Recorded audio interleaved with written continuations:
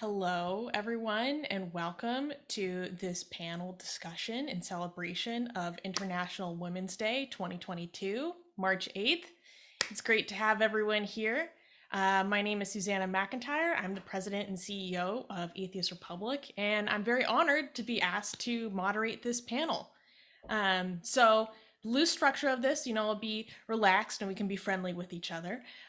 Is I'm just going to open with talking a little bit about the history of International Women's Day, and then touch on what the focus of our panel is going to be, and then I will ask the panel to introduce themselves. So I'll just say your name, and you can tell us a little bit about your background and also maybe why this day is interesting or important to you. And I have some topical questions that I'd like to ask you guys. But if you have a question that you would like to the panel to discuss and bring forward, you're welcome to do that as well.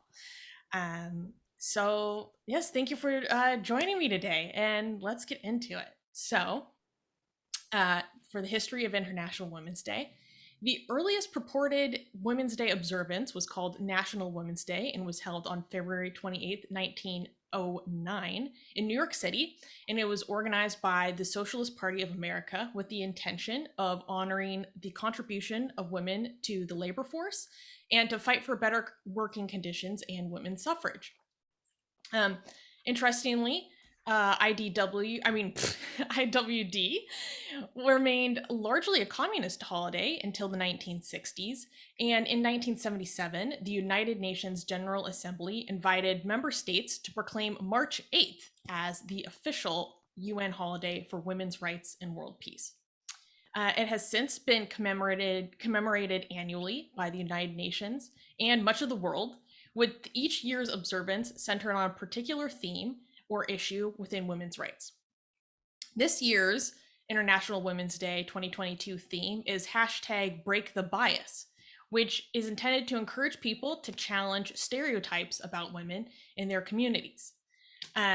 For the focus and topic of this panel, we'll be discussing rising secularism, how we see a push for liberalization and secularism within many nations across the world, as well as challenging Islamism and how these two forces come into contention with each other, particularly in the realm of women's rights.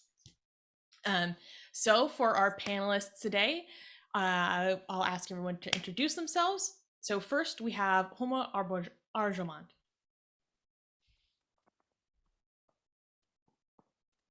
Oh, hi everyone, happy International Women's Day to everyone, and the ones who are listening to us and the ones who would listen in future.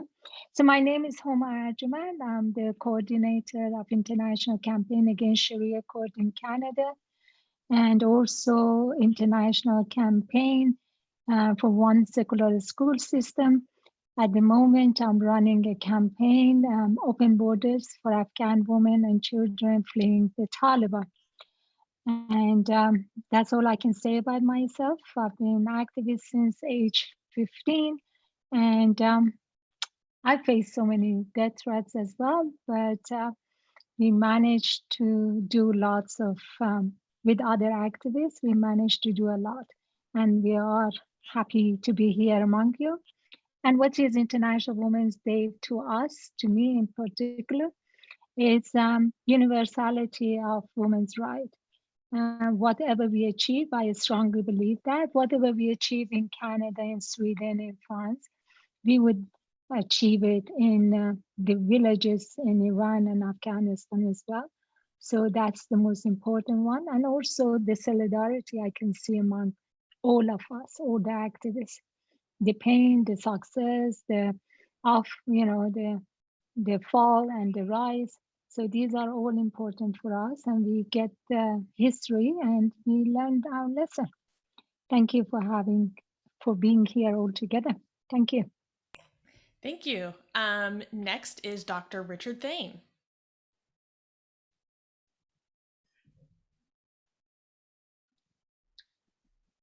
Sure. Yes. Hello, everyone. Thank you for inviting me to participate. I'm honored to be with such distinguished people on the panel and our distinguished moderator, Susanna. So I've been active in many Canadian humanist associations since the 1980s. Humanist Canada, I'm on a committee now with them, and Center for Inquiry Canada. I was a founding board member, and I'm on the advisory council. I met Homa many years ago, so I'm friends with Homa. And in recent years, FICA. I met Tarek years ago on the one school system in Ontario, the issue we have in Ontario with that. But basically, the International Women's Day, well, women's rights are human rights. So I'm happy to participate and contribute in any way I can. On a personal note, my wife and I have we had two daughters. Now they're, two adult daughters. We have now 3 grandchildren, all daughters. And as a dentist, my dentist partner and I, a man, we brought in another dentist to join our team years ago, a fantastic dentist, a woman, and we had a staff, with counting part-time, we had almost 20, women. I worked with women, so my personal life and professional life, I've been with women have been an important part of my life. Let me just say that. But specifically for today's meeting, we started receiving desperate calls from Afghans last August. Many were women, and of course we wanted to help them. So here we are. That's it. Thank you, Richard. Next is FICA. FICA, can you please introduce yourself? Of course. My name is Faika, and I am the founder and director of Minds and Hearts Without Borders. I was born in Kabul, Afghanistan. I became a refugee myself, a refugee, an immigrant, anything you want to name it, at a very, very young age. So my brush with all the unease has been very personal. What else can I say? I would like to say Happy International Women's Day to all our audience here, and especially the beautiful women that are presented today. Again, I appreciate that we, of course, Homa was the power behind this meeting. So I am grateful to you, Homa, and I thank you for inviting me to this discussion. Thank you. Thank you. Thank you. Esmaan Shukri, can you please introduce yourself? I wasn't expecting that. Hi, everyone. Happy International Women's Day. My name is Esmaan Shukri. I'm from Iraq, from Baghdad, and currently living in Canada, Toronto. First off, I would like to thank Homa. I'm happy to meet you again, Homa, after several years. We fought together against Sharia law. I fought with Mariam Namazi, who's a brave fighter on her own. And we were together in many battles, and I believe we left a big dent on the Islamic movement. But I would say that I'm passionate about women's rights. I became a communist because I'm a women's rights activist in the first place. It's not the other way around. So I came to socialism through equality of women and men. And don't ask me where and why and when, I don't know, but I think it's my mom, who wasn't a communist, but she was a stand-up woman, and she fought for her rights without any theories to back her up. So growing up, I felt indebted to her and to all the women to fight for them and raise their voices and show the solidarity whenever the opportunity arises. So thank you all, and hope that I can say more about Iraq and the situation of women in Iraq. Thank you. Tamine, please introduce yourself. Hello, everybody, and thank you, Homa, for creating this opportunity for all of us to be able to speak about the important issue on the International Women's Day. Yes, I have, like a working class family, and with my all, body, I experienced injustice in Iran and in capitalist system.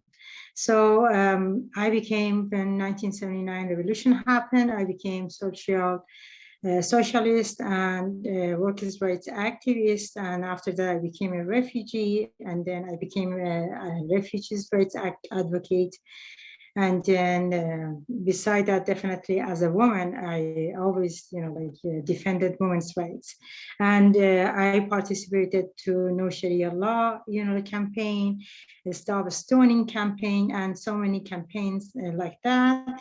To be the voice of women in Middle East, especially at this era, especially like after the invasion of Iraq, that Western media gave completely wrong image about the women's movement and women's situation, and they just showed very small blip of situation, but they agreed that this is the culture.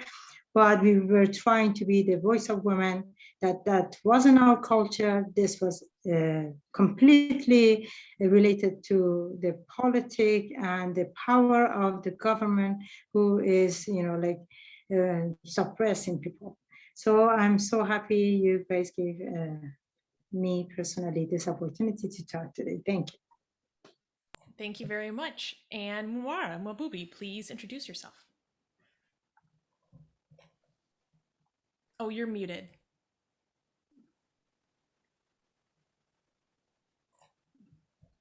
Muara, can you hear us? You're muted. Oh, sorry. I started talking and I didn't know it's muted. My name is Manaura Mahboubi. I go by Mona, and I was born and raised in Kabul, Afghanistan. I was 19 years old when I came to Canada in 2016. I started my work after the Taliban invasion of Afghanistan in August. It was a very rough time. My dad too was a communist. He still follows the same thoughts and same school of communism in Afghanistan. They had a big party during Dr. Najib's time, and from there it passed to them. And he was always a very open-minded, modern Afghan, and that's how he raised us too. All my siblings, we were all very active and very well brought up and educated. We were not extremist or very religious because of how our parents raised us. We were more into development and education and not so much invested in religion part. When Taliban took over, my sister, my other friends in Afghanistan, they were all protesting because my sister was a woman rights activist. She was a director for a women's economy building with American University, and she was doing the protest and all that. She's 28 and she was arrested, and for a few days it was a very hard time for my family, and that inspired me a lot. I was like, okay, they're in Afghanistan and they have so much courage to stand up and do something, and we are in Canada and I should use my voice and also do something for my country and my people. So I started, and I know Tahmi from that time, and she also helped me to get involved with many other programs. And I have been active since then. By profession, I'm a nurse. I work with Vancouver Coastal Health. So yeah, that's about me. Thanks. Thank you. And last but not least, Tariq Fatah, please introduce yourself. Hi, thank you so much for inviting me, and thank you, Huma, for dragging me into this. I didn't know such a forum existed till she allowed me to know. I'm 72 and was born in Karachi, now Pakistan. At some time it was India, and I'm a Punjabi ancestry, if anyone knows something about India. I was involved in politics at a very early age, and by 1970, I had twice been in prison, and in a jail quite famous at a mountaintop in Balochistan. And that was a very early introduction to generally what people thought of women, but what people thought of humanity as such, and the use of religion to absolutely subjugate innocent working class families into, to believe that they were subject to this exploitation because God was willing to do it. And that made me question the necessity or the role of religion in providing any sustenance to the female gender, at least, because it was what I discovered is that women were the main upholders of women's inferiority in as mother-in-laws or as aunts and uncles, as to enforce this whole question of virginity and being the property of your husband, in which the woman has absolutely no right to choose. And I saw this amongst my sisters, amongst numerous colleagues at university who were simply picked off from campuses and would suddenly announce, I'm getting married. And we wouldn't even know who, she wouldn't know who. It was just given away. And it was a tragedy that has enveloped large parts of India and Pakistan, which is a very different sort of a society than, say, Iran or Turkey or Afghanistan. There was no outcome of this, because even some on the left would succumb to this notion that, Mr. Fatah, after all, women are supposed to clean up the house and all that. And I was surrounded by women, my two sisters, one of whom has passed away, my two daughters, my best friend and my wife, Nargis, who happened to be of a different sect, different language, different culture, in which it was presumed you can't marry, because even if you are Muslim, she needs to be protected and given to someone from her own sect. It was horrific, that information of how so many in my part of the world still believe in arranged marriages. But at the essence, the fact was the real enemy that stood in front of us was not even just Islam, but the political application of Islam from the Muslim Brotherhood, the Ayatollah Khomeini, well, after 79, and Ziaul Haq and this entire world force that said that women have their place in home, they have the right to be beaten by their husbands, and if somebody does not believe in this, they are the kuffar. So you grow up at a young age with that sort of a mentality surrounding you, and you see the victims of these of this sort of an ideology directly related to Islam that says you can have 4 wives and you can have what your right hand possesses. So people are learning about sexual slavery from the holiest book that they claim to follow. And they don't see this contradiction. And so it became imperative, and I was very lucky. My wife was an atheist, it still is. My daughters are, many of our close family, so we could sustain each other. Otherwise, living in a country like Pakistan, you're asking for instant death. Even if you're just a non-Muslim, forget about being an atheist. If you're a Hindu or a Zoroastrian, you are simply asking to be killed. And so by 78, I left Pakistan, went to Saudi Arabia, of all the places. have done my Hajj twice, so people should call me Al-Hajj. And I realized that Islam was merely another way of worshipping stones. And that before that, one would go clockwise around the Kaaba. And Muhammad said, you have to go counterclockwise. Otherwise, I didn't see any difference. And I've asked numerous people why everything in the universe is clockwise. Why is God's home made to be worshipped in a counterclockwise? And they can't come up with the answer because they've yet to answer how a horse flies to heaven. Or there are numerous things that merely for me to ask means asking for a death penalty. So it's been a long journey. And as we say, inshallah, we will win, because horses will never fly and the sun does not set in a pool of mud. Now that we've established two things that are not possible, we can go one at a time in the Quran and raise these issues. And I think many of my friends who become ex-Muslims have left the goalpost. I think the way we defeated Sharia law in Canada was by producing 5 or 6 types of Sharia laws to which the mullahs didn't have an answer.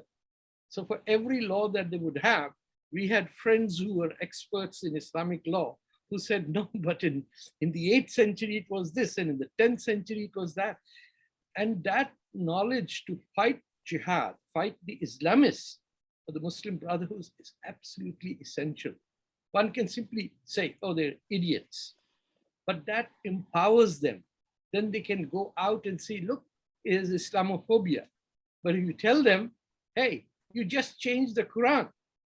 The first word of the Quran is now on page 96. Who changed that? That's when they get arrested and say, oh really? That's what happened?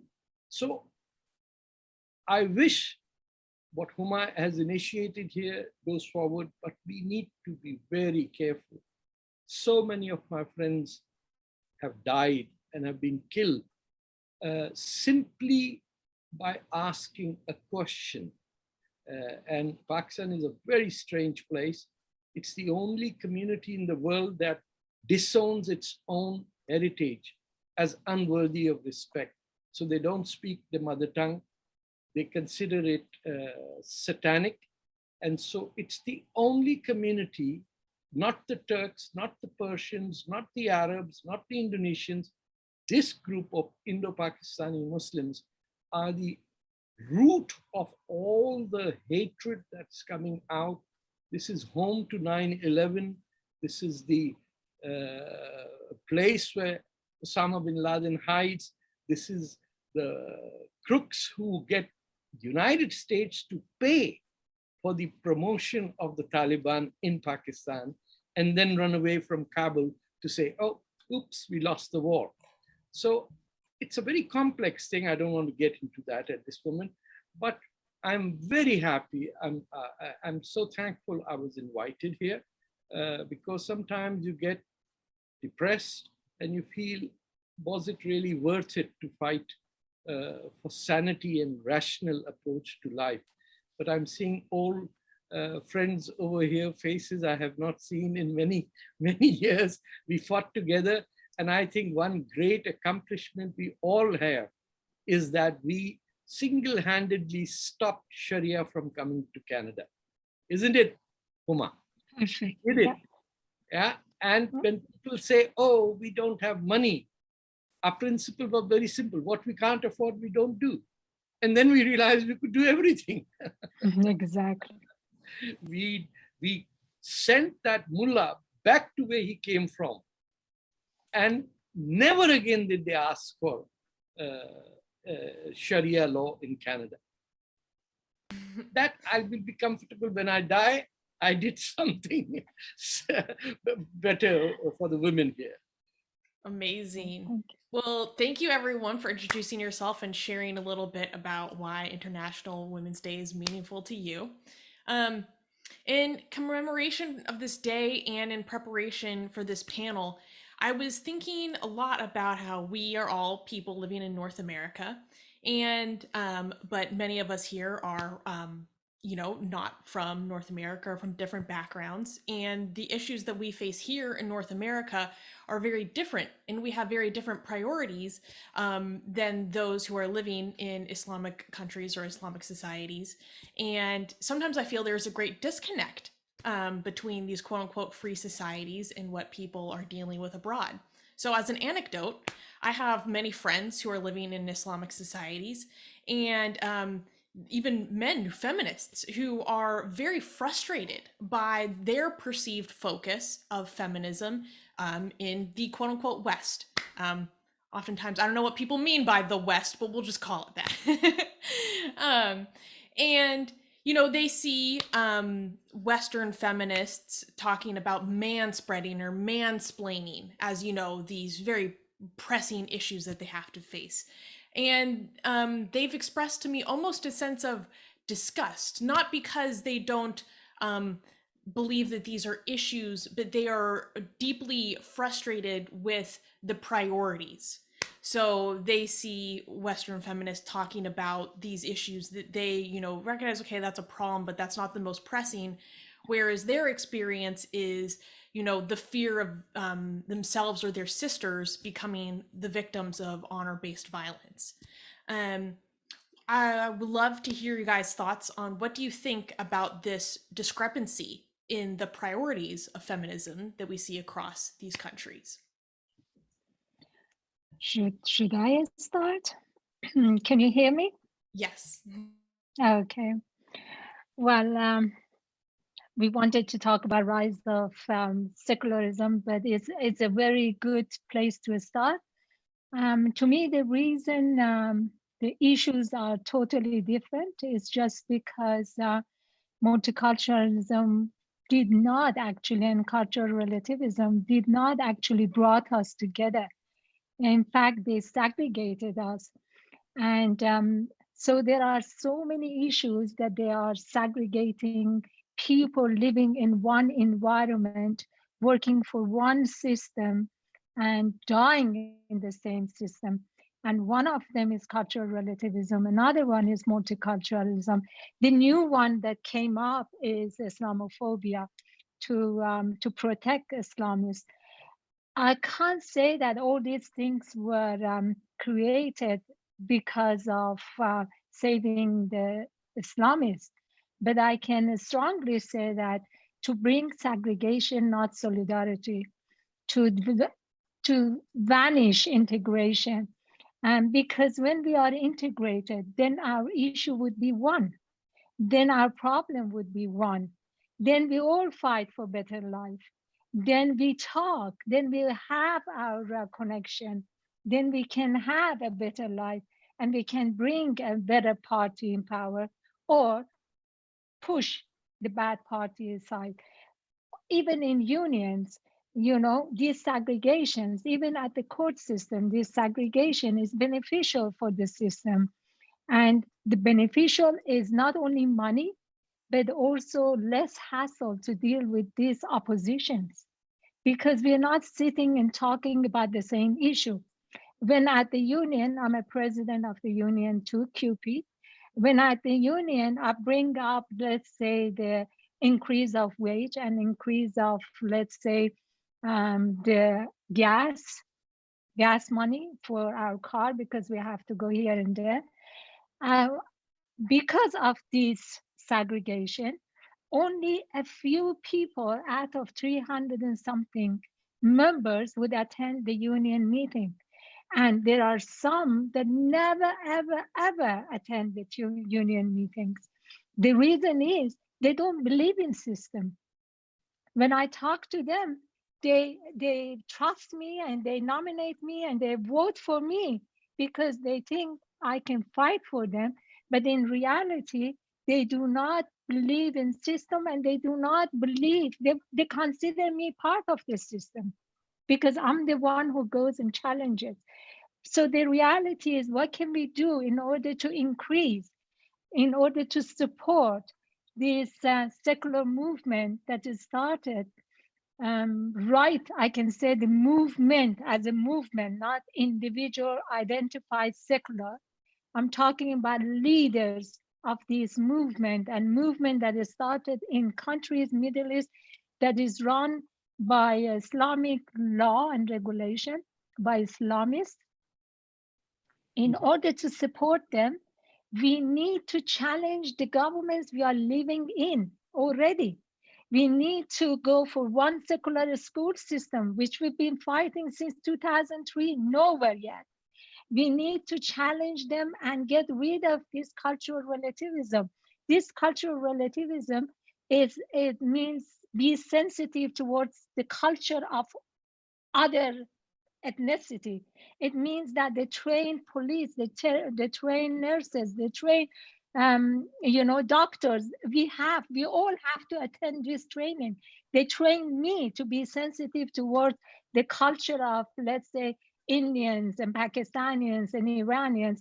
So anything happens in their community, they would just close their eyes. Even police would attend there, and they would say that's their culture, and they're not getting involved. So as a result, we don't have the same issue. My issue would be, because they put it in my plate, my issue would be to challenge people who are doing honor killing, to challenge cultures, to fight against honor killing, stoning to death, to raise secularism. Your issue, or people so-called in the West issue, would be how to gain the same amount of money as men are working if they work in the same field. My issue will be how to support this movement in those countries that are facing execution, rape, execution, and your issue, because we are segregated. You don't know anything about my issue I'm challenging. So that, and I'm not talking about in Iran, I'm talking about communities in Canada, because they pushed me to belong to one of these communities. Yeah. Integration is absolutely zero in Canada, in Sweden, in England.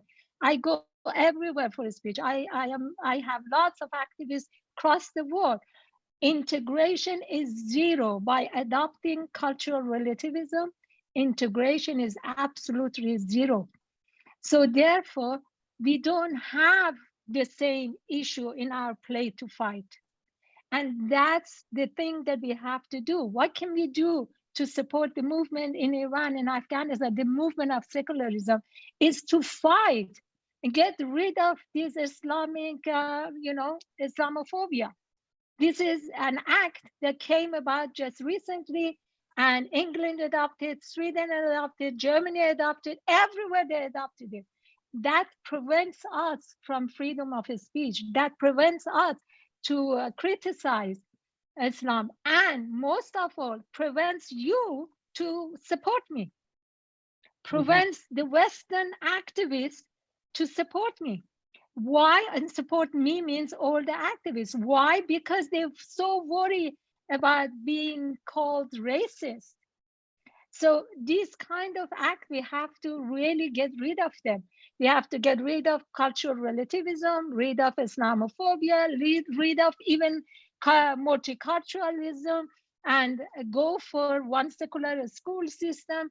These are the things that would actually support the movement in Iran, Pakistan, in Syria, in Tunisia, in Egypt, and so on.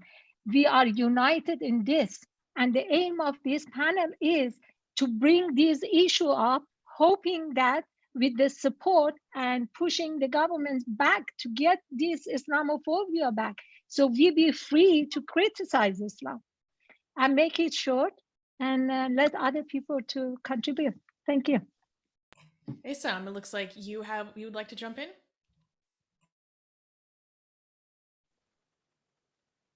Very much. I agree with Huma. I just want to shed some political light on this cultural relativism. We share the same philosophical analysis of the segregation of people that was adopted by the Western government after the fall of the Soviet Union.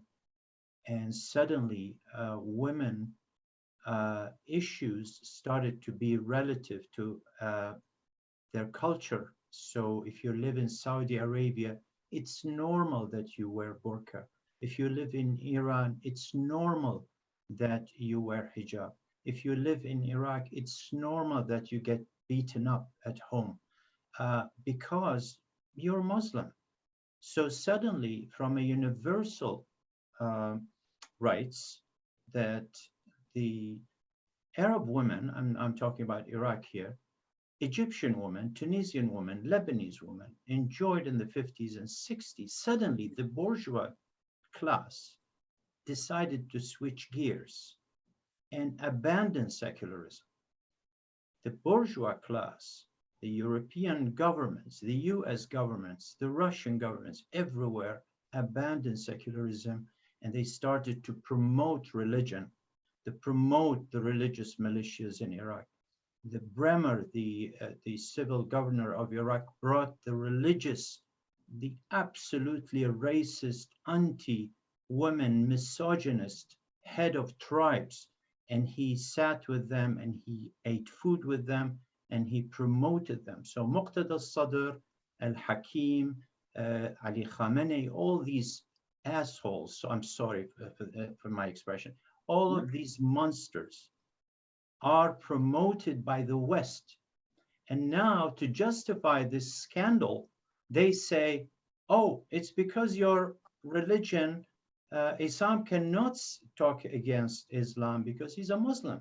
I'm not a Muslim. Okay, I'm not gonna go and say I'm an atheist because it's you know, I don't tag myself as such. But if somebody forcibly tags me with the expression Muslim, where I have no relationship to Muhammad and the Muhammadan doctrine, is absolutely something that I feel alienated from since I was a child, or since I was a teenager, actually. I listened to Western music, I danced like Westerners, I treated my girlfriend with respect, and whatever she wore, jeans, I would, you know, love the way she looks. I wasn't a Muslim by any standard. And I'm sure that the same thing happened with Huma and with the people from Afghanistan, who the young lady talked about, Dr. Najibullah. The Afghani woman was smoking in the street and sitting in cafes. What happened now? Why are we now look at the Afghani woman as a cow covered with a black piece of cloth? So these issues, I'm not only blaming the West, obviously, I'm blaming the West for supporting the Islamic movement in the region, for flirting with Ali Khamenei and Mohammed bin Salman and all of these thugs that rule the Middle East, and put them as heads of civil societies in the Arab world. We are not perfect as civil societies. We were nationalists. We had a lot of atrocities happened at the hands of the nationalists ruling Iraq, Egypt, Libya. But look at the women now in these countries. And that happened after the invasion of Libya and the bombing of Iraq and the bombing of Syria. And now the people of Ukraine are facing the same catastrophe by this new world order. So bottom line, the left in the West is accused of being flirting with the Islamists. They only want counts for their struggle to be in the parliament. Unfortunately, this is the case. This is what we faced when we opposed the Liberal Party and said, what are you talking about? How can you even entertain the idea that women should be subjugated to Sharia court? And then they just smiled or smirked at us and say, well, that's because we are a multicultural society. And they were right.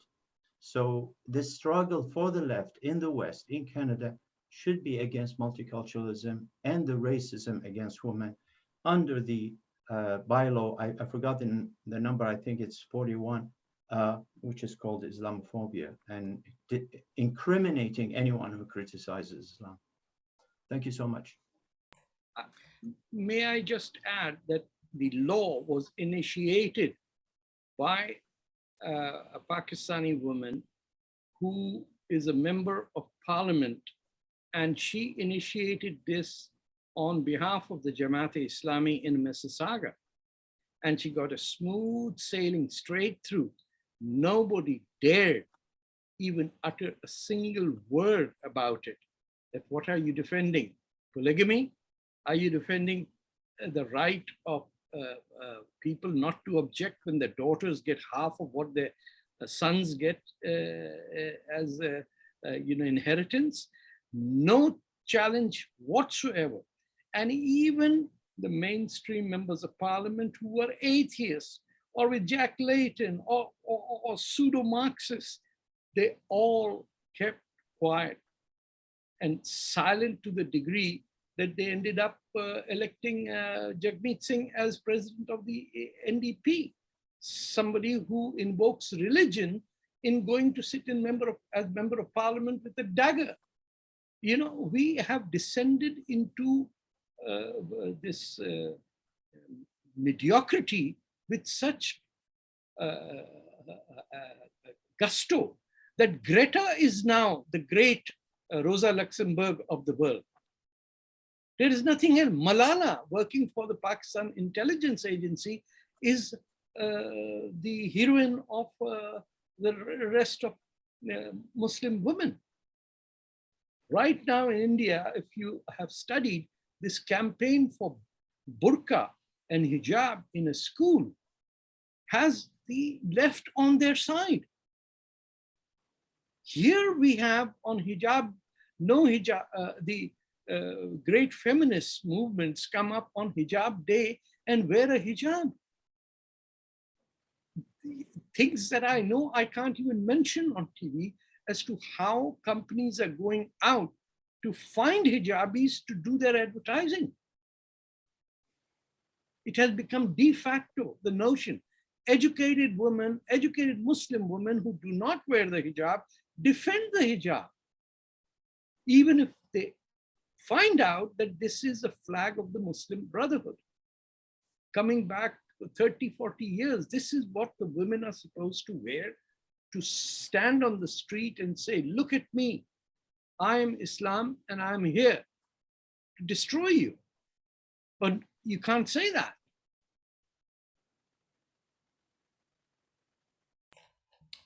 Tommy, you have your hand raised? Yes, thank you.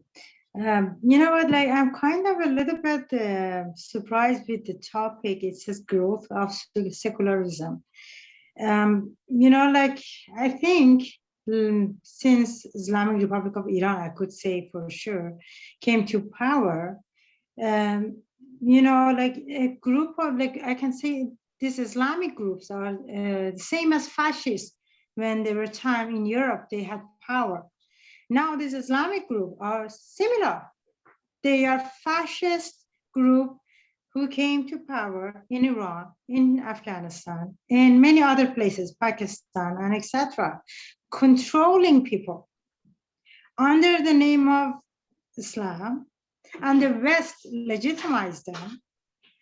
And like there was a massive, you know, like secular movement in those countries, but in our country, it's been suppressed, brutally was suppressed. Iranian women, as the people who know, they lived in Iran or Iraqi, they know, that have been killed, raped, tortured. Thousands of women we have. They paid a very high price. And still today, there are lots of women in prison. They're fighting. But the problem is, the power, who's in power, they have the loudest voice. And sadly, in the West, they are giving wrong image. And like I'm a member of Union. I'm part of the International Solidarity, and I was in our convention. They brought a resolution about against like about Islamophobia, and I opposed it. But they said, oh, like even my colleagues, my union, like fighters, they were trying, they didn't accept, they didn't even listen to me. Oh, we are living in a very racist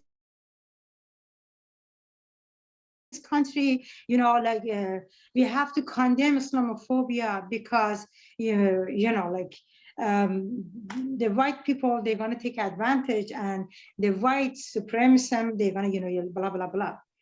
And I was trying to say, when you're using the term Islamophobia, giving wrong image, putting the person like me, who's been victim of, this Islamic group, and even here in Canada, if they have power, they're going to shut me down. I remember I lived in Ottawa. There were some women, they calling me, and they said the Iranian government members, they are threatening us. You have to cover yourself, otherwise, you know what's going to happen to you. Even in Canada, this is like 30 years ago. So like, I mean, this is so sad.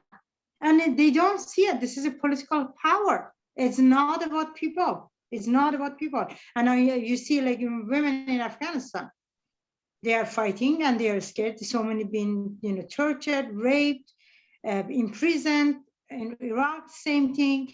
And the sad thing is that part by the feminists, even in the West, get ignored. They don't look at it. They don't see it. They don't see the movement. Or it become very, like you have to prove yourself. Thank you. Go ahead. Homa? Oh, you're muted. I have one tiny comment to make, but I'd like to give the floor to others as well. When I talk about the rise of secularism, I'm considering the facts that is happening in countries such as Iran, Afghanistan, Iraq, Syria, and Egypt is the better example, and so on. I can only give you few examples of why we believe the activists from Iran believe that secularism is growing, and it's growing by mass. People in Iran, they chanted, they came out, they went against dictatorship of Shah. Rightfully, they did so because he was actually dictator. And while we were fighting to get rid of Shah, the Western government had different plan for us. Fear of Russia.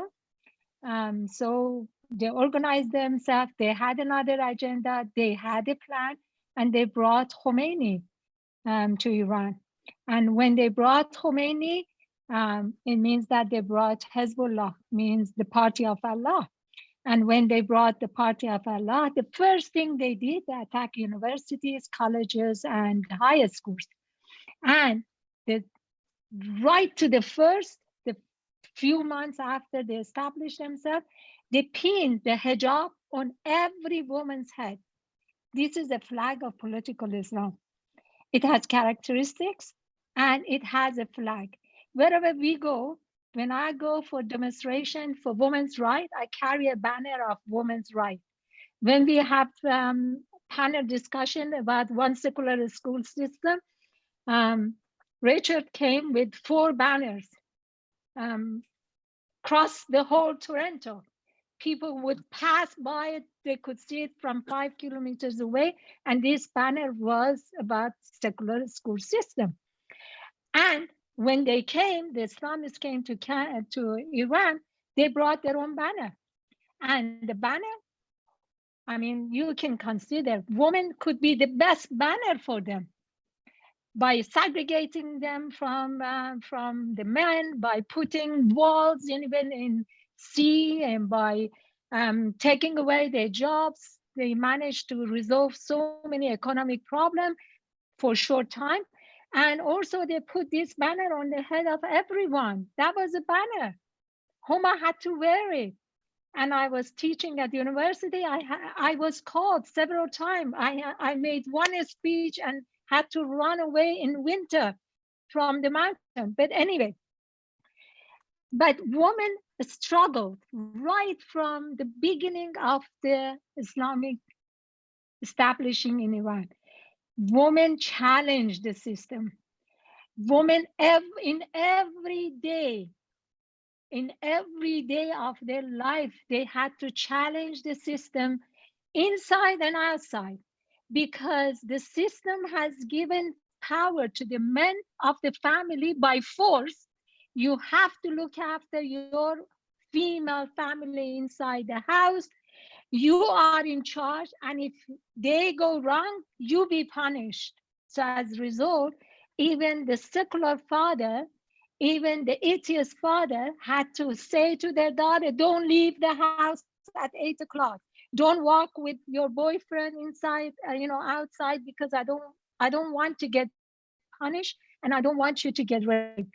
So that's how the situation was. But I realized that the more they oppress people, the oppressor went after establishing their own secular life. So now in Iran, people pay lots of attention to their children.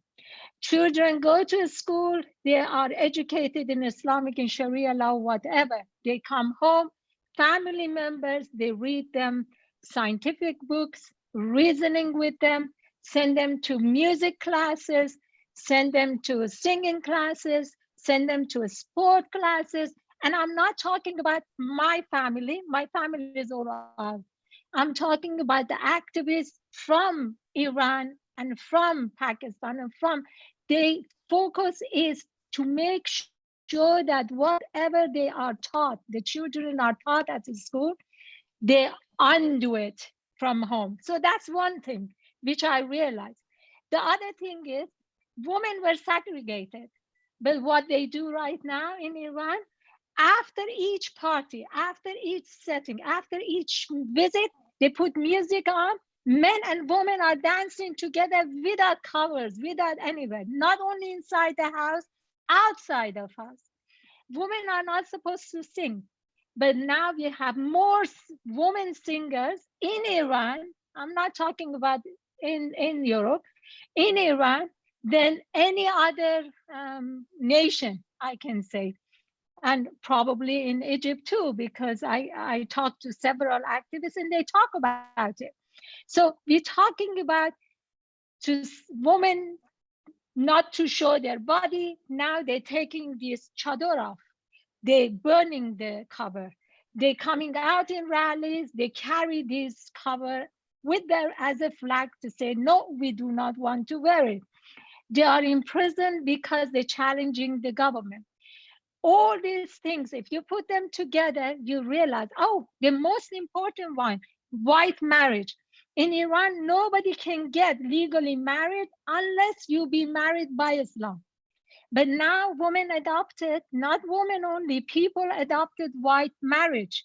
It means that the groom and the bride, they just change their vows with a simple white piece of paper, because they do not want interference of religion into their private lives.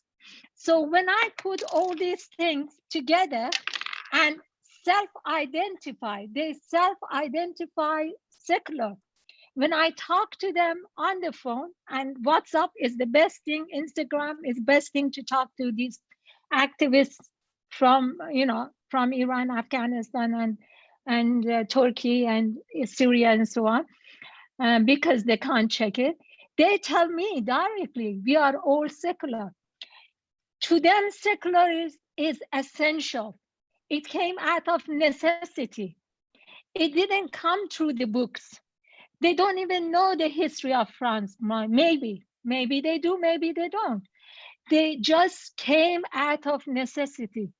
Mm-hmm. They strongly believe that secularism would put their freedom on the plate. They would be equal citizen of one land. They believe, and when I talk to them, I'm not surprised because I'm one of them. Why should I be surprised? I'm so happy that this movement is going harsh and challenging Islamism. It reached to the point that one of the member of parliament talk about the secular. People want separation of religion into private life of individual. People want children not to be educated in Islamic way.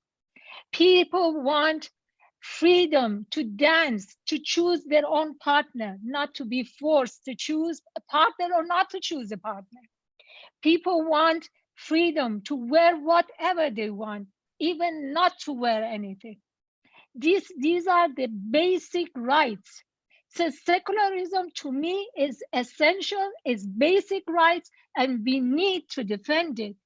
And how can we defend it? As I said, in every country, whatever prevents us to criticize not only Islam, any religion, we have to make sure that law and regulation is out of the law and regulation of wherever we live. Because I strongly believe wherever I live is my home. Right now, Canada is my home. Right now, whatever I achieve in Canada would be achieved in Iran. It would be achieved in Pakistan. So let me talk about this and fight for their freedom. And to fight for their freedom, I cannot physically be there to make a speech, but I can physically be here and make sure the Canadian government understands. And Tarek, just let you know, one member of parliament cannot bring a law, it's their party, it's their agenda. They would ask that one person to bring it up. So to me, my enemy is not that individual one, not even that party. To me, whatever mistake has been done for whatever reason, we can undo it. We can undo it because we are hurt. The whole world is hurt. Women are hurt globally, and we have to get rid of this. One, according to the government, it's one tiny thing. It's cultural relativism or Islamophobia. Why are you upset? I am upset because you're hurting people in Pakistan, because you're hurting people in Afghanistan, because you're hurting people in communities in Canada. So I have right to be upset, and we have right to organize ourselves. We have right to challenge the government in here as well, and let people in Iran challenge Islamic law in Iran. And we are defending them by fighting in here and getting what is right for us in here. If every one of us be able to criticize Islam in here, for sure they'll be able to challenge Islam in Iran. Thank you. Thank you. Mona, you look like you would like to respond. Yeah, thank you so much. Regarding the schools, Homa mentioned, I wanted to add one point, as all my family members are there in Afghanistan right now. So my father mentioned that the boys can go to school while the girls cannot go to school, even my sister who used to work there. So my father stopped sending my brothers to school as well, because now the curriculum for the schools has been changed to more religious studies than science and other subjects that can help the children to be something in the future or help the country in other ways. So my father stopped sending my brothers to school because he does not want them to be radicalized. So he thinks that if they are only studying religious studies in school, they're gonna grow up to become extremists. And he does not want that. So my mom, because she retired as principal of a school, she teaches all of my siblings at home because of what they want to pass to those children. But at the same time, I wrote something I want to read from that, because I didn't have enough time to it was just a sudden thing to come to this Zoom. But about Afghan women, just like any other woman of any other nationality, cannot be generalized into singular category. They have a polarity of aspirations, commitment, and vision for the future that's shaped by the socioeconomic identities, religious affiliation or lack of religious affiliation, and also the location of our country and our ethnic identity. Afghan women's rights movement and organizations are also far from the monolithic. They range from communist to secular and moderately religious to more religiously conservative. In 1960s and 70s, Afghanistan underwent a series of liberal reforms, and that was started by the government and social workers programs that radically increased and they had active participation of women in the arts and culture and politics. So they included women, they invited women and empowered them to take parts in different categories, not just be a housewife or their life was not limited to home. They had all the freedoms to go out, to have freedom of speech, to have freedom of movement, to have right to education. The women's movement were in 1964. There was an act that was the Constitution of Afghanistan at that time. They began to demand more rights, women of Afghanistan, and shortly thereafter, women began protesting against the government. And during Soviet war as well, during occupation, we lost two of our great leaders. Their name was Nahida Shaheen and also Mina Kamal, who really they made an organization, a Revolutionary Association of Women of Afghanistan. They worked a lot for women. And now after Taliban took over Afghanistan, we have a major setback. It's not that the way they are showing right now that women in Afghanistan are suffering less than how it was in 1996 to 2001, but it's actually worse because now they're educated, they have been working. So though it's just a psychological torture that they're going through. And I don't know when it's gonna end. I just started this activism and trying to speak for the people of Afghanistan and women of my country. But you guys have been doing that for a long time, and maybe you can add more if you have something. Thank you so much. Good. I'm very pleased to have you here among us. Thank you for We responding. count on you. Thank you so much. Is there anyone else who would like to bounce off that topic, or I can? Oh, Esam, go ahead. Sorry, I should allow more women to participate. I just have one notion. Atheism in Iraq is increasing tremendously. Like atheism is the negation of the existence of God. Under the Islamic two factions who are horrifically tortured the Iraqi society, ISIS in Mosul and the Islamic Shia in Baghdad and in the south. In the south, de facto is the Islamic Republic of Iran, with the Jaysh al-Quds, the Quds army, with Qasem Soleimani, with all the thugs that killed the demonstrators in Tahrir Square. As Huma said brilliantly, that the atheism or secularism came out of necessity. In Iraq, it came a political answer to the Islamic alternative. Okay, you are mullahs, we are atheists. Go deal with it. Exactly.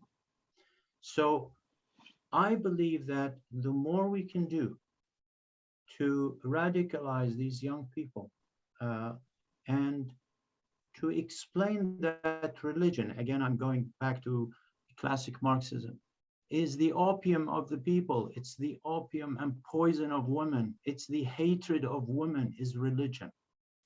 Then we will succeed as Huma, and I am optimistic too. And I want to touch upon the fact that yes, secularism is on the rise. Secularism is not atheism, obviously. That's secularism 101.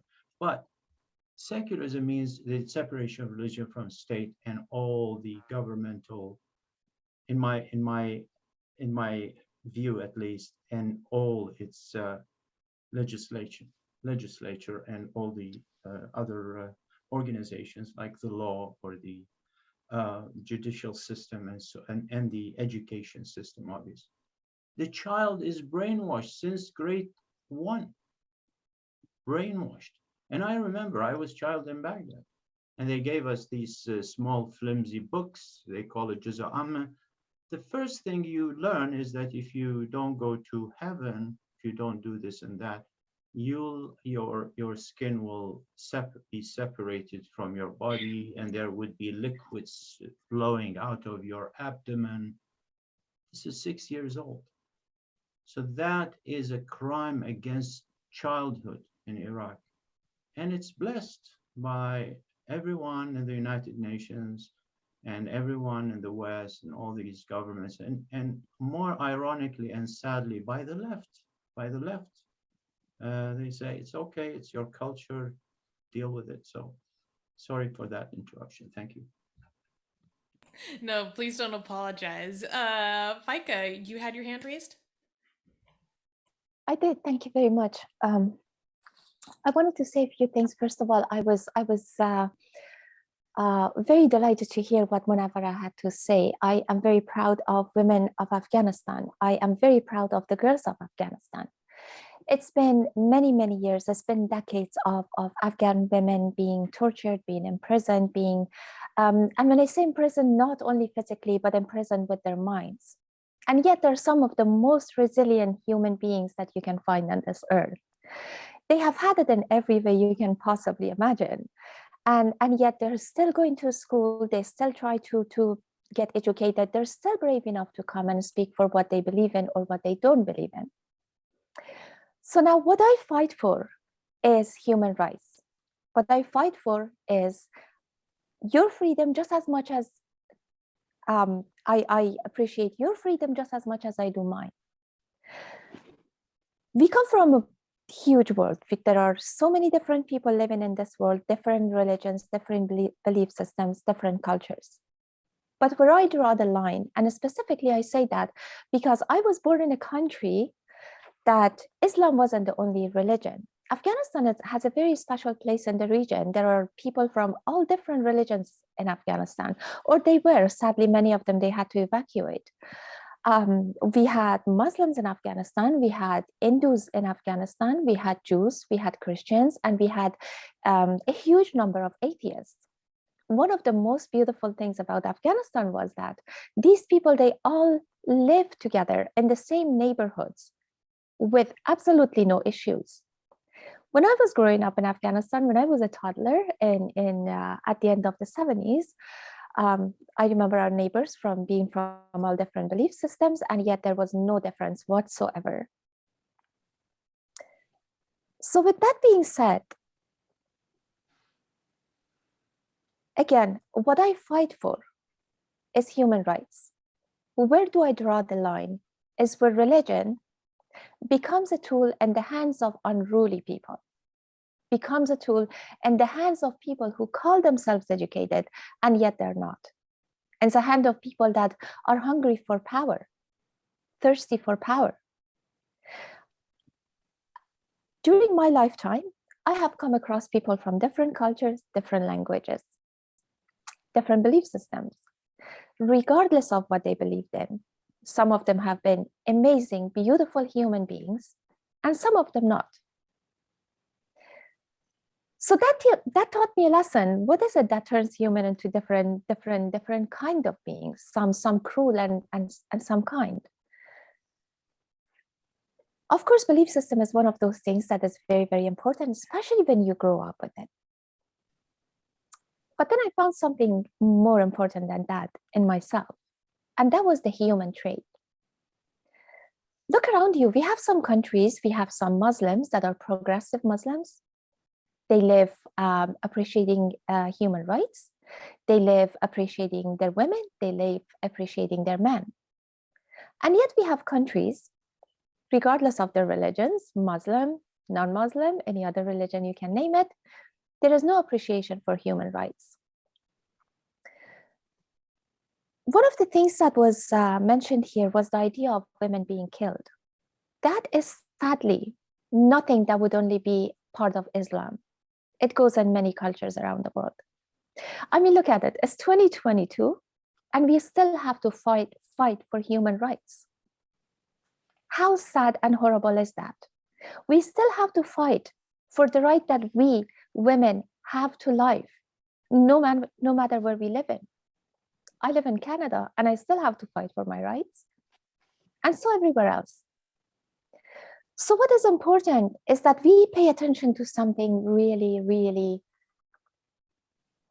significantly important when it comes to human beings and when it comes to women and girls. And that is the matter of hunger.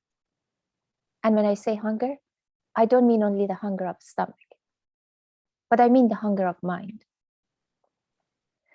One of the most important things that bothers me and hurts me about Afghanistan is that every time a system changes, a regime changes, the first thing they do, they put women at home. They take education from women. And to me, that is imprisonment. That is literally what I would call taking away human rights from a woman. So that is for me, for myself, that is where I draw the line. I appreciate what everyone believes in, but again, the quote goes, your fist is free in the air until where my nose starts. So if your freedom goes to take my freedom away, there's a problem. And again, with what you were talking about, Huma, when we live in a family, when we live in a country, we definitely need rules that would collect us together as human beings, not as different people with different belief systems, different ideas of life, and segregate us into different corners. That would not work. And I think I appreciate what you fight for. This is, I guess we can absolutely do better with that. And the way that we can do better is educating ourselves with what we're fighting for, what are our values, and what is really achievable. There's a difference between idealistic views and realistic views. And we want to keep our eyes on realistic goals. We can't go around the world and get rid of religion. That is impossible. But what we can do is become progressive. What we can do is to teach people, to show people that religion should be the protector of human rights, regardless of your gender, regardless of your sex, regardless of your age, regardless of absolutely everything else that separates us from each other. And I really hope for a day that we wouldn't have to see genital mutilation under the name of religion or any other kind of belief system that we want to call it. I hope for a day that we would appreciate women for people that raise the children, the generations of tomorrow for us. I hope to see the day that we don't force marriages on women. I hope to see the day that we would send our daughters and our wives and our sisters to school, knowing that they would become a better part of the society. I think one of the reasons why we don't do that is, unfortunately, our men in this world aren't very secure. They get intimidated by intelligent women. They get intimidated by strong women, by powerful women. And I think when I say our men, obviously you can never generalize, and that's why I said some. Unfortunately, there are also some women that follow those footsteps. And in order to gain security for themselves, they fall into the same path, and they pull on the leg of women who want to climb. And I think we need to make a case. We need to educate people, especially girls and boys, the younger generation, to teach them the value of being two equal parts of the society, not two same parts, but equal parts of the society. And we can't do that without showing appreciation for anything that we believe in. And again, that all would be under the umbrella of human rights. So any time that I come across any belief system that takes my human rights away or threatens me with taking my human rights away, I think I will take that strong stance against it. And again, there are many intelligent, many very bright people in different corners of the society, different parts of the society. And I think we need to empower those beautiful women that understand and appreciate the value of human rights. Thank you very much. Thank you. Tariq, go ahead. I'm concerned with this approach that suggests that the sun sets every day in a pool of mud, and that men can have 4 wives and what the right hand possesses, and justify it no matter how I do it. I mean, what do I tell my children? That a horse could fly and go to 7 heavens, or the earth is flat? There has to be a limit. The only way I can explain it to my daughters is that a place that had no wood would make you pray in the sand, on the floor. And that is why when you had wood, you had thrones. So there are ways to explain. But if the sunnah of the Prophet is to sit on the ground, because there were no trees in Arabia, I can't include that as my heritage. I have to stand up on the beliefs that are redundant and without fear. It is not out of disrespect. Ibn Rushd had to run from country to country to stay alive. Kindi had to do that. Our entire philosophy of rationalism, Ibn Khaldun had to do that, but every one of them was destined to die because of this notion that we are tolerant of divergence. But since your views have contradicted that of Sharia, you have to die. Nur Muhammad Taraki had to die simply because he was from Mumbai and he did not buy into the nonsense that existed among the Pakistani funded Mujahideen. We have to take a stand where religion, where it contradicts rationalism, has to be pointed out very simply and clearly. If the horse can fly, then Lord help us all. But every Muslim believes a horse can fly. Every Hindu believes a monkey can fly. Every Christian believes that God had a son. For heaven's sake, why did I go through a degree in biochemistry and be a columnist and spend time in jail if after all this I have to still believe that a horse can fly? No. Whether you're Hindu or Muslim or Christian or whatever religion you are, Zoroastrian, it's not the point. Monkeys and horses cannot fly, period. That's the law. If you have to debate that, Lord have mercy on you. Because the people who invented Shatranj or chess and the numeral system cannot now be forced into believing, oh, but you've been conquered by Muslims for 1,000 years.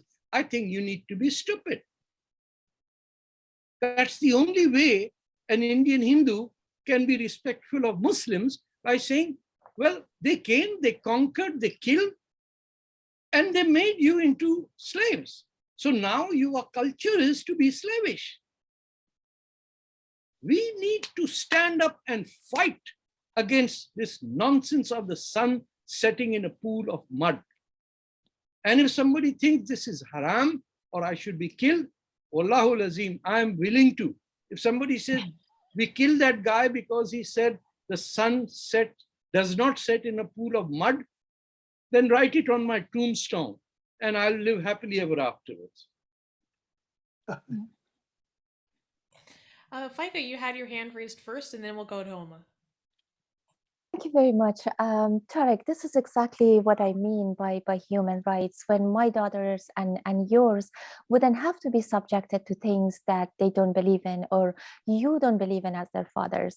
Again, with that would be the case with every boy and every girl who should not be subjected to the ideas of what their fathers or mothers think they should be punished for.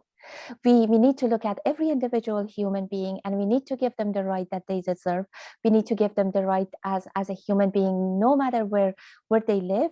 And of course, that is not going to be an easy task for anyone. One of the very huge difficulties that we have in achieving those tasks, and look at it, we're in 2022, as I said, and we're still fighting for these very, very basic freedom, no matter where we are in the world.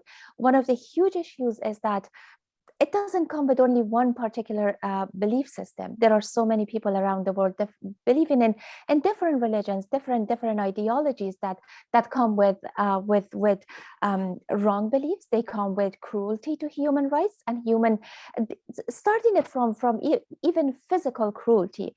One of the things that I mentioned was the idea of genital mutilation, regardless of if it's for boys or for girls. It's something that the child doesn't get to have any say in it, what I want to be, how I want my body to be, and yet the parents are the ones deciding how this child should be and how this child should be as an adult.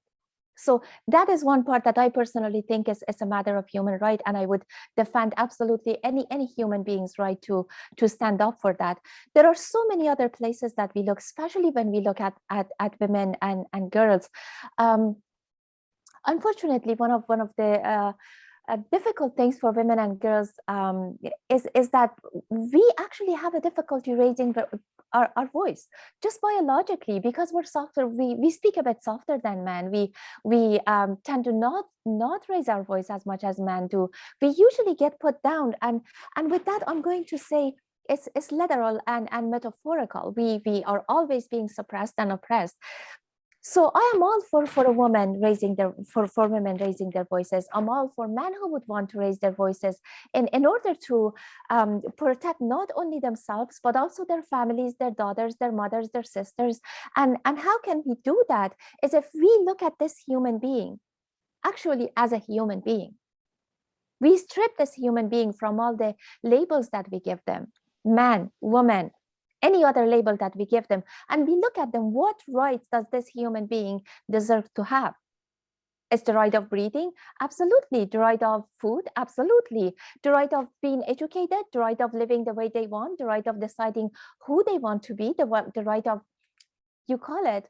And again, I appreciate that everything that is being said, and I'm all on board with that. I think we need, what I see here is really be realistic, being progressive, and fighting really in order to get our people educated, no matter where we are. Look at it, even in the Western countries.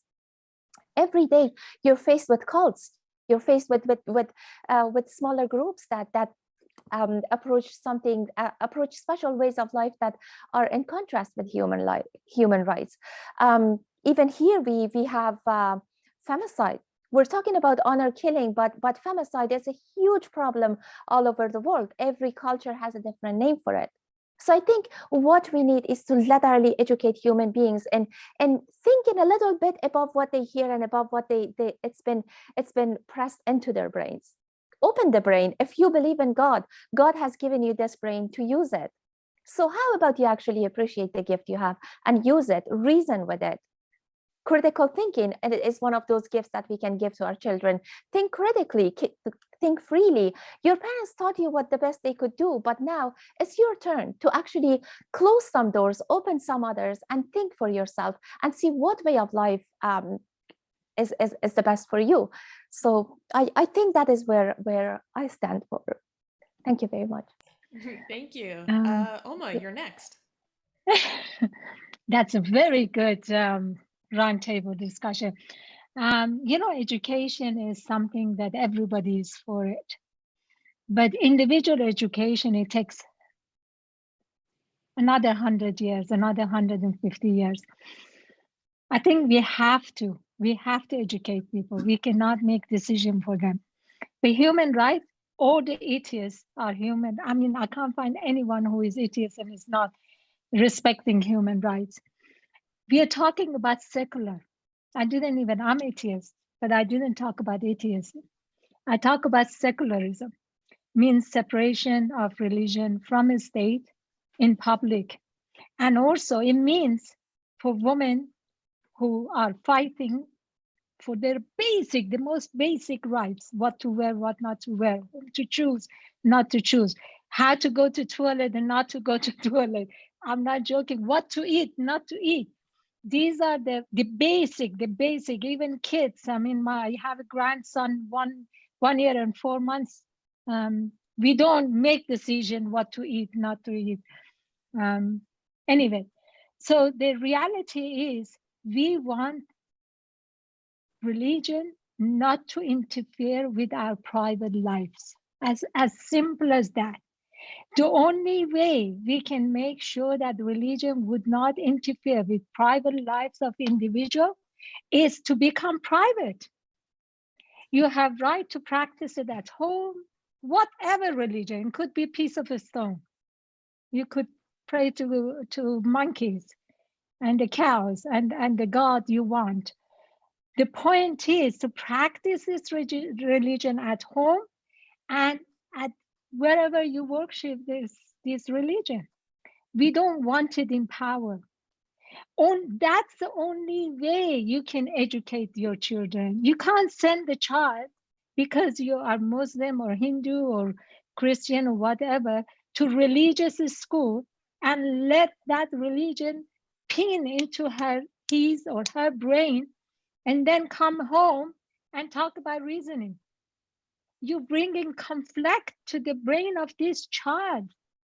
He will grow at the age of 14, commit suicide because he doesn't know whom to trust. Both adults, the teacher is adult teaching him how to pray and what to do, and the horse is crying. And you have parents such as Homa teaching him, how about critical thinking? How about doing this? No wonder we have so many youth who are absolutely living in conflict zone, especially the ones who came from various countries and with different backgrounds of religion. We do not want religion to interfere in children's life. We want all children to be educated in the same system, and the only system would protect his or her mind is secular system. Nobody would teach this child any religion. And of course, education is important. If it wasn't important, a person like me who fought all her life would not come and be a founder of cultural bridges. Of course, it's important, and not individually. We run groups to educate people. We bring experts, not Homa. Bring experts to teach them about law and regulation. Integration is important. We don't want people like Amish to come in this country 1,000 years and still wearing the same clothes, the same system, and having the same group. I mean, that's not what the society is. I call that cult. So it's important for us to understand we have to work, we have to fight in two avenues. One would be on floor, education, general education, and another one would be to lobby the government. When I say fight, I'm not thinking about picking up the gun and fighting and killing people or fist fight. I never, because people ask me, Homa, fight. Do you believe in guns? I haven't seen a gun. I've seen it on radio, TV, I've seen it on TV, but never seen a gun in real life. In reality, when we say fight, means lobby the government, the right people. Make sure the government understands that we understand what's happening behind the scene. We want you to undo it. We understand you pushed that MP to come up with this Islamophobia. We know it was your party. We want you to undo it because now we understand it and we're going to talk about it. And it's important because the more I talk about NDP, the more they would back off. The more I tell them how they choose their MPs and MPPs, the more people would not vote for them if we strongly believe that vote is something that now West is relying on it. The same goes with other parties. So when I say fight means mobilize, means in general struggle and change the law. change the law. They did it. People are hurt. You can, I mean, they can always say, we didn't know people are going to get hurt universally. We would say, well, these are the reason, and undo it before you be the cause of so many other women being hurt. And I understand all of us are humanists. I am a humanist. I am a humanist, and that's why I'm a secular. And that's why I'm atheist. Humanist, because of humanists, I became secularist. Because of secularists, because I think about those cults, and I think about those people who they strongly believe in religion. I do not want force them to take the religion out. I believe in education, and I know the next generation would not adopt the father and the mother if they were going to a secular school. But I want their religion to be private matter of theirs, not me, not neighbors, not kids. That's all we want, and we are all humanists. I respect all human, whether they are physically able, mentally able, or physically and mentally disabled. I even believe that the equality between human beings is even when they are brain damaged. We still have to respect them and put the equality between them and the ones who can think and decide. So this is what we call humanism. And believe me, all of us, if we chose to become secular because we were humanist, that's the first category of humanism. That's it. And Rachel, you didn't talk at all. Oh, Richard, you're muted. Richard, you're muted. So, well, I'm enjoying and learning a lot from listening. I think there were a couple of other panelists who had their hand up first. They could go, but then I'd like to say something after. Yes, we would love to get your contribution. Mona had her hand up next. Yeah. Thank you so much. We were talking about cultural and religious issues and some points that like women in Afghanistan are going through. I wanted to mention as well, so we can put more light on that. For example, in Afghanistan, even if women are hungry, they are still told to wait for the man to get full and then they should eat. So they wait until the men are done, and they are taught that it's in religion. They have to respect the man. It's in religion. And also the virginity test, it's still being practiced in some parts of the city in Kabul. And also forced marriage, if they find a guy and a girl talking, because it's not allowed in the religion. But this is something that contradicts between cultural, social, and also religious. And they arrest them and they make them get married to one another right away. So this is also being practiced. Now, since Taliban took over, nobody can go out. But even before Taliban, during the other government republic, we still had these challenges. A virginity test, and virginity is also an issue. The proof of virginity, once the girl gets married in the morning, they give the girl a piece of cloth that she has to wipe herself, and then the next day has to give it to the boy, and the man's family will bring it to the woman's family and say, hey, your girl was virgin, and this is the proof. And if that doesn't happen, usually the girl is either suppressed or some kind of punishment is in place for her. These are some things that I remember throughout the conversations and discussions in the Zoom that I wanted to mention about how religion affects how people think and act, and it affects the social and also cultural, how people conduct themselves, how they treat one another, and that has to be changed. Right. Can I give you one half a minute comment regarding this virginity? Tahmi had her hand up next. Okay. I just wanted to say, like at this, like time, I believe, Islamic movement it's a money. It's a multi-billionaire like a dollar money. Like Iranian government spent millions of dollars to expand their hands in Iraq, in Afghanistan, anywhere in Syria, anywhere they can.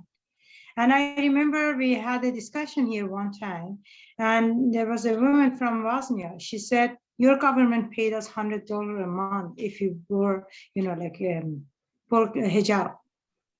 So like education is great, but there is a line, as you said, there is a line. So where we're gonna draw the line? I'm not saying we should kill them, but we should be aware.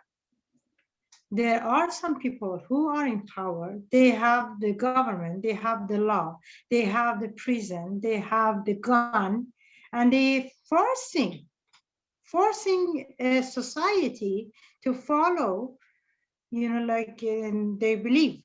And plus, there should be, limits.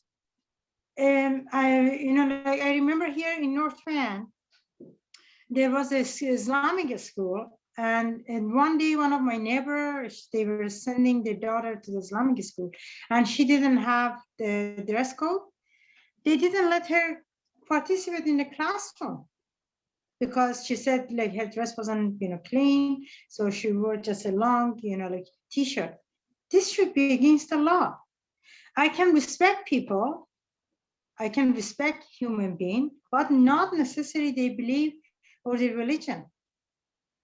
If in their belief, they say it's okay to beat your woman, no, I don't respect it. If they say, two women are equal with one man, I don't respect that. If they say, like, there are so many examples in Islamic, like societies or even Islamic countries. It's great to educate, but there is a time, there should be a law, should stop the people, and this is a crime. This is a crime against our basic human rights, despite, whatever culture or belief you're coming from. And I think this is what happened with Christianity, lots of women's movement. They stopped the, Christianity religion, and they put the leash. Otherwise, the time when churches were in power, they were doing similar things to women. I think there should be there should be some stop in when it abusing, like women's rights. Thank you. Thank you. We are coming close to the end of our time today, so I will give Richard the opportunity to gives us some contribution as he's been listening very attentively. Okay. And Yeah. Then Huma had a final point, and you can close things off for us. Okay. Yeah. Thanks, Susanna. Yeah, well, discussing this, program with Homa earlier, previously, she provided me with a couple of letters. We received dozens and dozens of letters of pleas for help. She chose two. I'd like to read one letter, just so it's for the record, because hopefully other people will view this and will benefit from this. Mona talked about the education of her relatives, now in Afghanistan. Tarek spoke about, the importance of education, and we go through all the trouble of using our minds and so on, and then to be forced to accept dumb things. It's just ridiculous. And Faika spoke about the resilience of the Afghan people. So this, I'll read you this one letter from a woman in Afghanistan, because it touches on all these points. I'll preface, again, just so other viewers might appreciate what the women in Afghanistan and other Muslim countries are going through. Homa reminded me that if a woman is an activist and she speaks out and so on, well, it's not just the woman who is in big trouble. Any woman who is promoting Enlightenment values, but their husbands are at risk because they do not suppress their wives, and they're guilty of allowing the woman to misbehave in such a way. And in fact, all the family members are at risk. So it expands to the whole family. The women are for abandoning Islam or even becoming atheists. It just puts the whole family at risk, even their children who might be punished, molested, even raped by the fundamentalist Islamic believers and so on. So with that intro, here's one letter. The names haven't changed. To whom it may concern. I am Farhia Karimi, a citizen of Mazar-e-Sharif, Afghanistan, a child services activist, a youth representative, and journalist in Arizo TV in Balkh province. I facilitated awareness training on women's rights and at university and in the village. I advocated for the rights of youth through implementation of activities for university students, schools, and in private training centers in Mazar-e-Sharif. I have presented many civil and social programs to the public through Arizo TV. I also wrote some articles on human rights, women's rights, and opportunities for youth in the community, which were published in magazines and newsletters. I also attended many workshops, seminars, and training on human rights, women's rights, skill development, and computer training with the US Embassy in Kabul as well. As we know, the Taliban have taken Afghanistan and they are in power. As a result, the media's activities in general, and especially the situation for female correspondents, is getting even worse than in past years. As we know, the Taliban's ideology is opposite to our programs and our jobs. I do not want to quit these activities in the future or stay at home and do nothing. So I cannot stay in Afghanistan anymore because the situation is not suitable to keep doing these activities. And also the Taliban regime will be a threat to me and my family, simply because we are all non-believers. My family, including my mother, one sister, and 3 brothers live in Afghanistan, none of them a true practitioner of Islam. I kindly beg you to help us to live in a safe country, to continue our social and civil activities, and do not let the Taliban destroy our dreams and deprive us of our social and civil liberties. Thank you. So that's just one of dozens. I can say more, but if time is a factor, then thank you, everyone. And thank you, Susanna. Thank you, Richard. And Homa, you also wanted to add something. Yes, Mona talked about virginity is very important. Just to give you a shock, virginity, even though is the worst thing ever happens to women who they don't bleed, but they're still virgin, or the women who were not virgin because they were forefront of fight against all these tradition. But anyway, in England, they had immigration adopted a law, I should say, and I'm aware of that. It's just because I work for United Nations as interpreter, so therefore I know about it. And this law says arranged marriage, because in England there are lots of Indians coming, and this law says arranged marriage is allowed, so they can marry and bring husband if a woman wants to have a husband, or vice versa, a husband can bring a wife. But when the wife arrives, based on this law, the British government would test, they would send them test of virginity.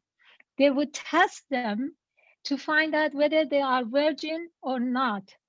And if they are virgin, they can come inside the country. Britain, I'm talking about.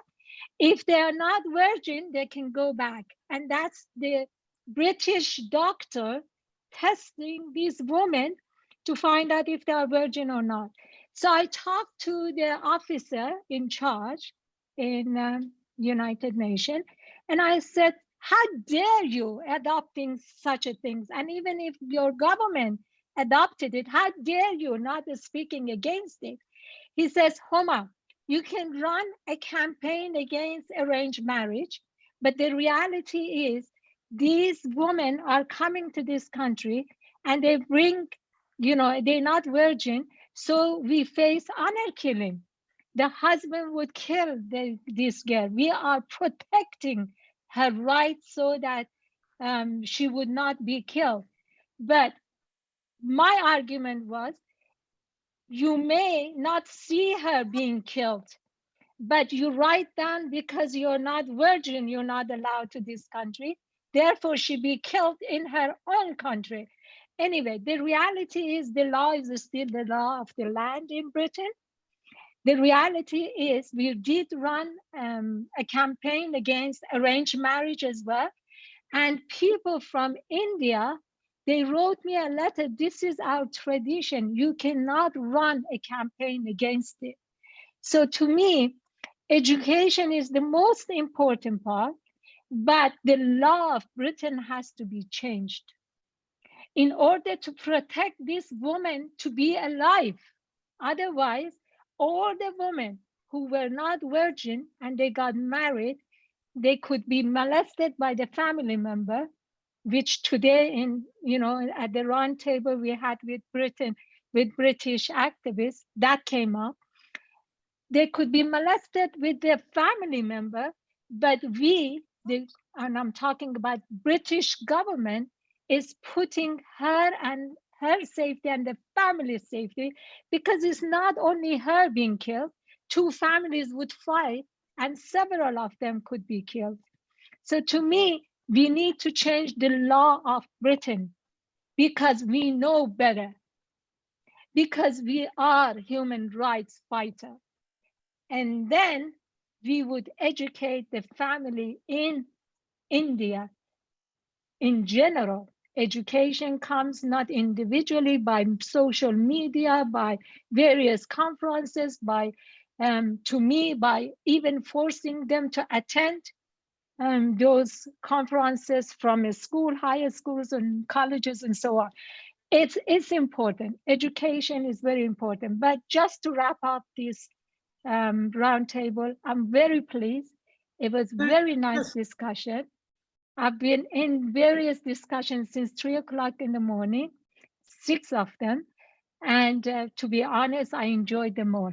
They all touch on several bases, which is so important for human rights. But I should say, in order to defend women in India and in Iran, Syria, Egypt, in Canada, in communities so-called religious, whatever religion they have, we have to help secular movement. It's on rise. We cannot prevent them not to join this movement. People are joining this movement by their practice, not by self-announcing secularism. Their practice, their way of living is secular. So to assist them, please join the campaign and join us to vanish this Islamophobia, the first thing ever. And the second thing is cultural relativism, because that brought so many honor killing, and enough is enough. We can't just live by ourselves thinking that we've done enough while we haven't done enough. Thank you. Sorry, we have a lady named, I'm sorry, we have a lady named Sahar. She's had her hand up for a very long time. If she would get a chance to speak. Her name is Unbreakable Me Sahar. Oh. Hi, do I get a chance or it's fine? For sure. Okay. Hi, everyone. Thank you so much. I'm really thankful to be here, and I really enjoyed listening to all of your conversation and talking about virginity and women's right. And I think it is really important to talk about this because one of my friends, she was a widow woman in Afghanistan, and she had, once she became a widow, she was forced to stay at home for 40 days. So she was not allowed to go anywhere to make sure that she's not pregnant, because if she stays inside the home for 40 days, that means that if she was pregnant, it's from her husband. So if she went outside and then she was pregnant, that means she betrayed the community, the religion, and she made a sin. So that was something, since you guys spoke about religion, and it is something to be really concerned about, that I'm not against people who follow religion, but I'm absolutely against people who force religion upon women. And most of the time when I see, religion is mostly forced upon women. And I wonder that why is it that women are the one who have to face such force in Afghanistan, India, and as well as like all Middle Eastern and religious countries. And sometimes it's not just about like Muslims, it is all cultures and all religions that forces women. And I'm so surprised that that is not forced upon men. Most men in Canada, I've noticed that they spend all their lives having girlfriends and enjoying their lives, being single, and then they wait till they become 30 years old and 35 years old. Then they go ahead and sponsor a young girl who is a teenager, and they marry them, and they change their passport, and they make them older and to bring them to Canada because they want a virgin woman. And it is something that the government needs to know and protect women, because these men, when they're old, why is it that they go bring a virgin girl who was just 13 years old girl, or like 12 years old, but they put their age like 20 years old? Nobody knows that she's just a child. But because the family is so poor in India or in Afghanistan or in Muslim countries, they send their children to the Western countries for a better life, or because they cannot afford to keep their daughters. And this kind of abuse is just not happening only in Afghanistan, it's happening all around the world. But nobody is aware of unless people talk about this. And the fact that the woman is being abused, that she cannot go outside until 40 days, she cannot dress up, she cannot put on makeup. If she put on makeup or she put on colorful clothes in Afghanistan and India, then she is a bad woman. And not only that, if she have children and they're orphans, then the children are also judged if they dress up. And most of the children are told that, why are you dressed up? You don't have parents. So basically, just because the child doesn't have parents, they're told you're orphan, as if being an orphan and a widow woman is a sin in Islam. And my whole debate is that I wish that they stop religion forced upon women, so women can live a free life and not to be forced. And the whole issue is something else that I learned, and I did my research, that most religion really is first forced upon, or it is a law upon a man first. So if they want a woman to follow a religion, then the man is supposed to follow the religion first. If he wants a modest woman, he needs to be modest himself before he wants a modest wife. If a man, he wants a virgin woman, he needs to be pure and virgin himself before he wants a virgin woman. So I see double standard when they're not virgin and they have messed up and they drink and they party and they have girlfriends, and then they want a virgin girl because they want a good girl and they pretend that they're the good guys. So that's the most funny part that I face and I experience mostly when I see girls. And I have come across many girls who have faced rape by their husbands and they've been abused. And now that they are single and they're most successful women, they have house, they have money, they have car, they have education. They're so capable of doing anything they want. But the most unfortunate part is that when they want commitment and when they want to get married to any traditional man, be it Afghani, Indian, or Persian, like all these Muslim Middle Eastern men, they want a virgin girl. So none of her education qualifies her because she's not a virgin. So that's something really sad, that the woman is the best woman. She's successful, she's educated, there's nothing that she's lacking. So why is it that virginity is so important? To me, it feels like as if a woman have a broken leg. It's one part of her body, for God's sake. Like, why is that so important? That a human being, the face that you see, that does not matter. Her heart does not matter to you, but you want virginity. And that just so breaks my heart to see so many women suffering because they're not virgin, to face such shame. And there, one girl, she came to one of the Muslim community, and people were saying, oh my gosh, you're so pretty, you're so beautiful, you're so well educated, they treat her so nice. But the moment they find out that, oh my God, she ran away from abuse and she was married and she's no longer virgin, now she doesn't have that respect. Nobody values her anymore. Nobody respects her anymore. They shame her for not being a virgin. For the fact that she was married or divorced, now she's being shamed. And this is something that needs to be changed in the society. And I cannot be more thankful for this opportunity to have you all talk about this, because even though it is kind of shame for an Afghani girl to say anything about virginity, you know, I was even like 5-10 years ago, I was ashamed to even say virginity. Like, I would close my mouth or like look the other way because, oh my gosh, you know, it's such an embarrassing topic. But now when I came to Canada for past 20 years, I have learned that oh my gosh, that's okay. It's part of my body and I shouldn't be ashamed of my body. And that to respect women, I had issues that to talk to a man. Not that my mom was a very well-educated person. She educated me to like not be afraid, to be confident, to go to school, to stand up for my rights. But the society, the way I did came across Muslim people, I learned that, oh my God, as a girl, I'm supposed to stay quiet. I'm not supposed to talk loud. I'm not supposed to laugh because it's against religion, because I'm not allowed to, because I'm a girl. So I'm supposed to talk quietly. I'm not supposed to have an opinion. And that after so many years, I've learned that, like, even I used to wear hijab and I used to be scared if a man look at me. If a man wants to talk to me, I used to be so scared that, oh my gosh, a man is talking to me and I just want to run away. I don't want to make eye contact with the man because, oh my gosh, that's haram. That's really bad.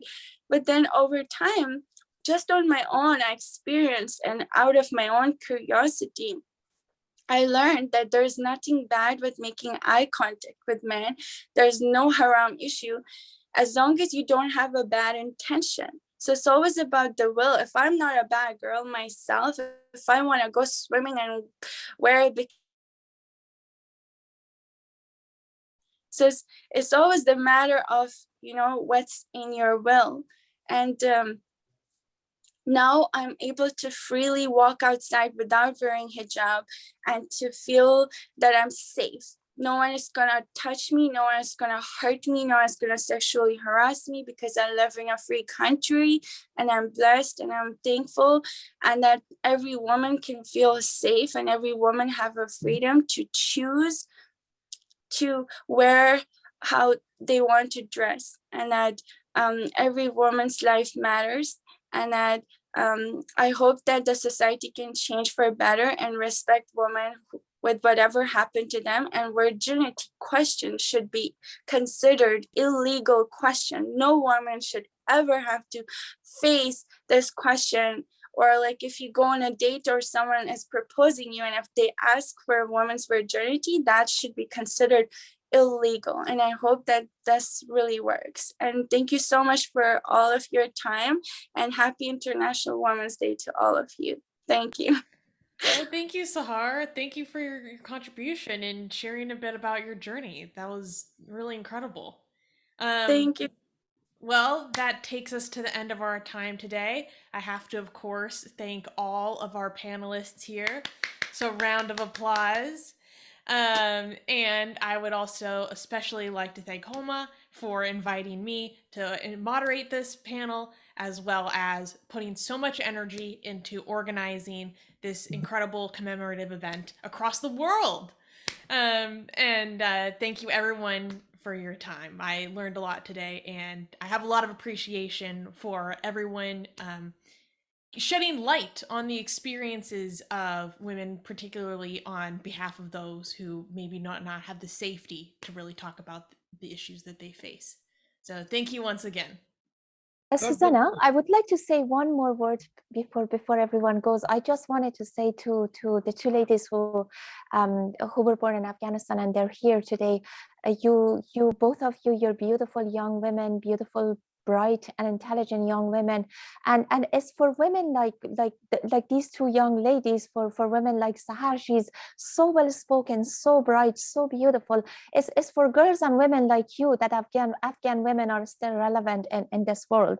So as long as people like you are alive, as long as people like you are thinking, are thriving in life, and not only you're educating yourself, but you will be educating everyone around you. This brightness is contagious. As long as we have people like you, Afghan women would never die. And it is absolutely for people like you that Afghanistan is still relevant in the world. So I appreciate you for that. Thank you so much. Thank you. Thank you. Good night, people. Thank you, everyone. Good night. I'm going